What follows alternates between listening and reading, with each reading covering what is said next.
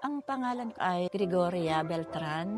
Lumaki kami sa simpleng pamilya. Ano ba naman ang aasahan mo sa anak ng magsasaka na ang pinagkukunan lamang ng aming kabuhayan, pagtatanim ng palay, pagtatanim ng mais, mga tapilan, na yung lahat ng iyon ay ibinubuwis. Medyo malawak na ang kaalaman ko kasi ako nung panahon ako nagtuturo na. Parang noon yata ibinaba yung reformang pangsakahan, yung batas ng agrarian. Ang ganda ng balita kasi yung katulad namin, katulad ng tatay ko, pagkakarooban na ng lupain na maituturing na sarili. Salamat sa batas na ginawa ng pamahalaan. Parang ang nakakalungkot lang ito. Hindi kami lumalabag sa mga batas na ipinatutupad nila.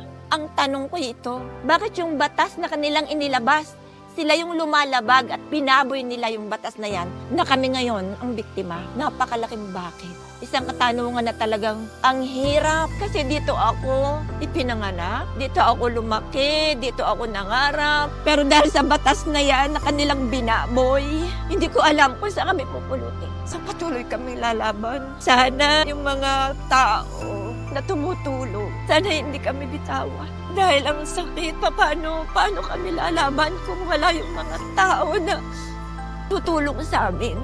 Kaya sana mabigyang solusyon ang suliranin namin ito.